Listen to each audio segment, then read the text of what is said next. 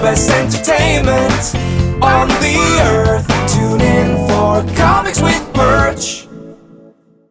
Hey everybody, this is Perch, and I got to thinking more. So how I got to this place, this purpose of this video, is that I was reading a lot of comics this week. The Death of the Justice League, the Trial of the Amazons conclusion, and also kind of thinking again back on that interview I did with Nick Patera, thinking about an interview I did with Sean Murphy that will be posted here pretty soon.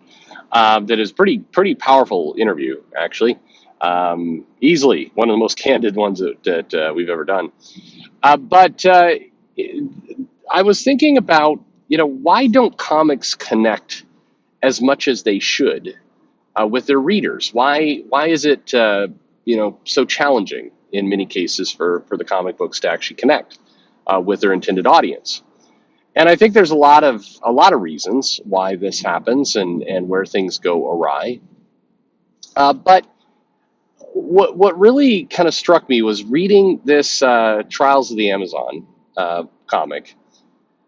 It struck me that there's these scenes where they're trying to make a bit of a joke around Wonder Woman basically offering Yara to say, you could be Wonder Girl. And Yara being insulted about it. Like, a Wonder Girl. I'm a woman. I'm not a, girl. What is this Wonder Girl nonsense?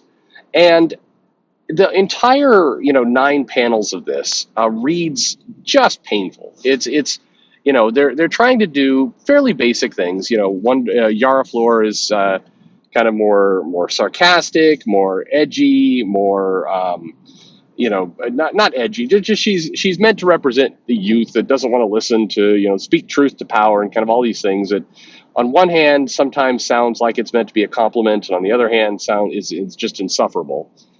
And it winds up being somewhat, and not just somewhat, very tone deaf. It just comes across as, insufferable. You don't wind up liking the Yara Flor character much. You wind up actually disliking Wonder Woman because she's trying to get a word in and keeps getting cut off by Yara and then going back and forth. And it's just, this entire thing just plays off as, way too cute, way too clever. And it sums up, I think, a problem that modern comics are having in connecting with their audience. And I think it stems from this very basic thing. The writers of the comics have been reading comics for a while. People often make comments like, don't the current writers actually read the comics? Yeah, they've read comics. They've certainly read a good percentage of them. We're seeing a generation now that I think is starting to write comics that got really enthusiastic, not from Chris Claremont or Marv Wolfman or people like that, but people who grew up during the Bendis era, people who started reading comics during that time period. And I think one of the consequences of that is that you've got people who they grew up with a lot of these inside jokes, with a lot of these kind of meta comments about comics. It's a lot, not just, hey, this book is, not just talking about the action, but wanting to make inside jokes about the action, wanting to kind of do a wink and a nod to the readers who have been reading comics for a long time.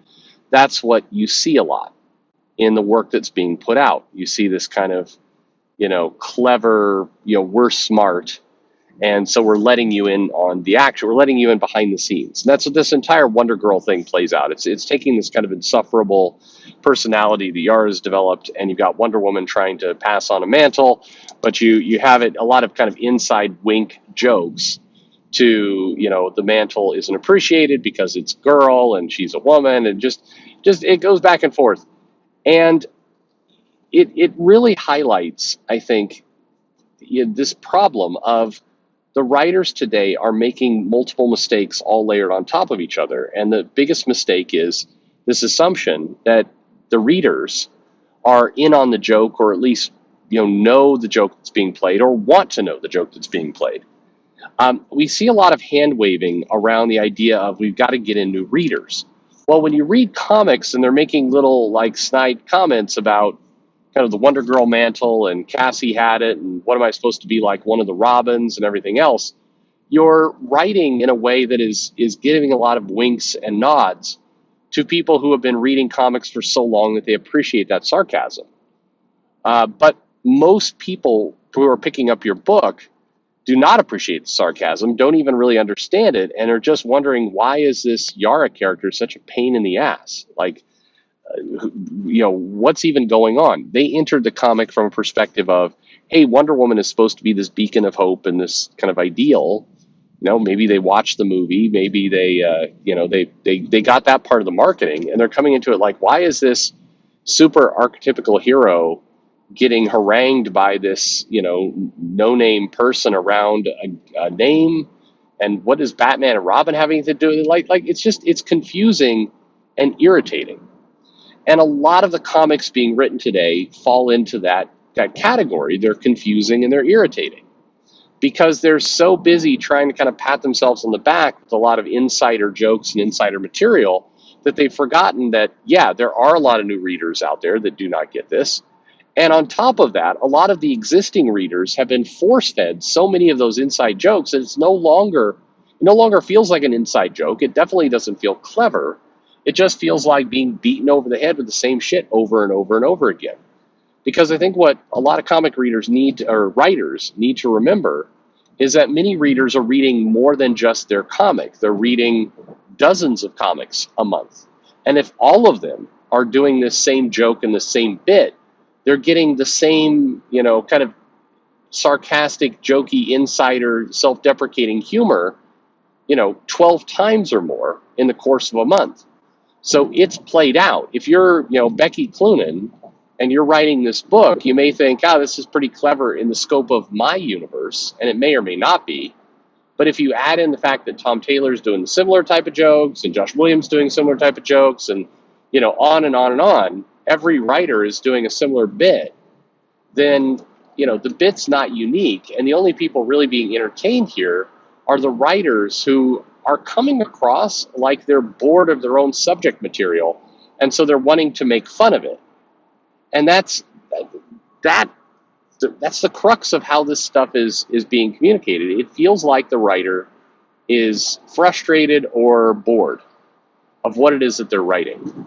And so they're basically trying to mock a little bit the entire universe in which they're writing in. And as a reader, I just keep coming to that going, look, if you're so annoyed with the construct of the DC universe or Marvel universe and what's going on there, if you think that the naming and the mantle and all that kind of stuff is so annoying, leave.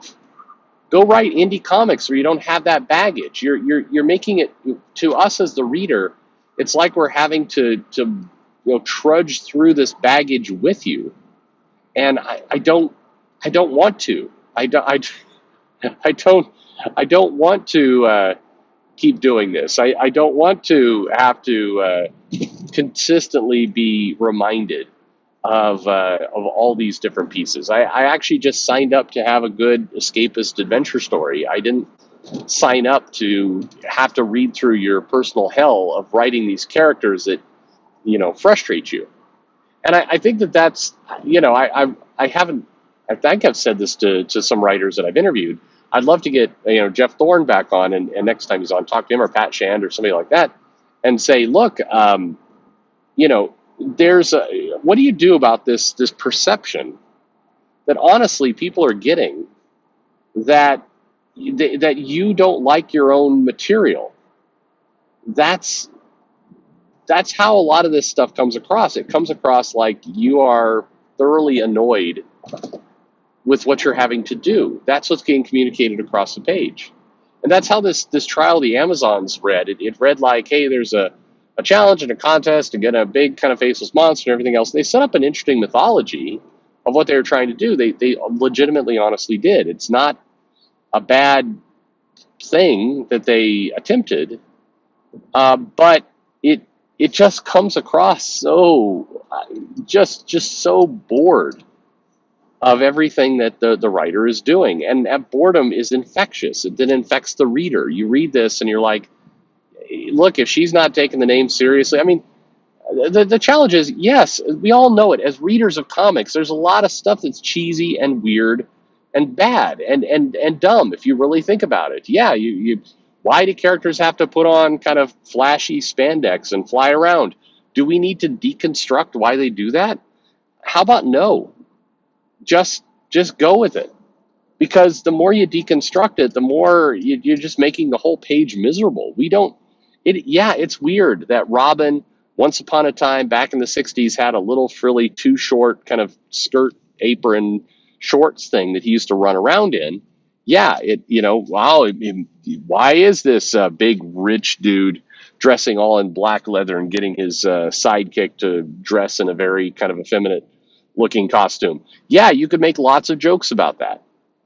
It seems strange, but what would be what's the value of making those jokes? What purpose is there in making those jokes? You're pointing out that your own stuff looks stupid, and you break you break kind of this reality that's been set up. The characters are flying around, have magical powers, doing all this kind of stuff.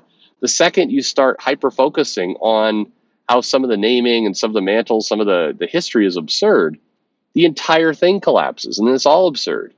And as a writer, you may want to kind of hint at that because it makes you feel clever, but it's destructive to the readers. The readers do not want to be on that journey with you. They put down $4. They're like, please don't remind me that some of this stuff is stupid. I mean, I'm paying for this stuff. You know, this isn't a contest as a writer to make yourself appear clever. This is a chance to entertain, and it's not entertaining to watch what feels like this weird kind of therapy session going on. That's how a lot of this stuff comes across. Um, More power to you if you can get a big company to pay you to do that, but it's short lived. It undercuts. I mean, the challenge is Yara Flora is sitting here right now without a comic. Had an ongoing comic, was canceled. I'm sure they will try again, and there will be a new Wonder Girl comic with Yara Flora, and they'll take another shot at this at some point. They're bound to. But now you have a hurdle now of the people who were invested in the character saw that you tried and then you gave up, and then now you're basically kind of wanting to make it into a meta joke with her and Wonder Woman. Like, why are you doing all of that? You're making it very hard on yourself to sell the comic when you restart this. Now you have to push again, and the only audience you're collecting are people who are also kind of bitter and sarcastic and enjoy making fun of and mocking these books. But my belief is that that audience is extremely short lived. They don't tend to actually purchase or buy the comics, and I don't know what you're doing at this point. Anyway, this isn't like the end of the world. Please don't describe this one panel as indicative of why the entire comic industry is failing. No, not at all. It's an increasing habit where the writers are trying to use this, and it really is. Bendis used to do a lot of these inside little gags that kind of poked fun at the world of comics, and for the longtime readers, it was like, oh, I see somebody's finally pointing out that Hawkeye is going up against Thanos with just bow and arrows, and that's ridiculous. It's like you could do that a little bit, and it feels kind of clever and cute, but if you do that all the time, eventually you just think that everyone involved, from the fictional characters in the book to the person writing it, to the person drawing it, and to the person who forked out their money to pay for it, is stupid. That's where you come to, that everybody involved in this thing is dumb for being involved in it. And that's not what you want for comics. I don't think anyway. Anyway, that's my thoughts. Let me know your thoughts below, and thanks for listening.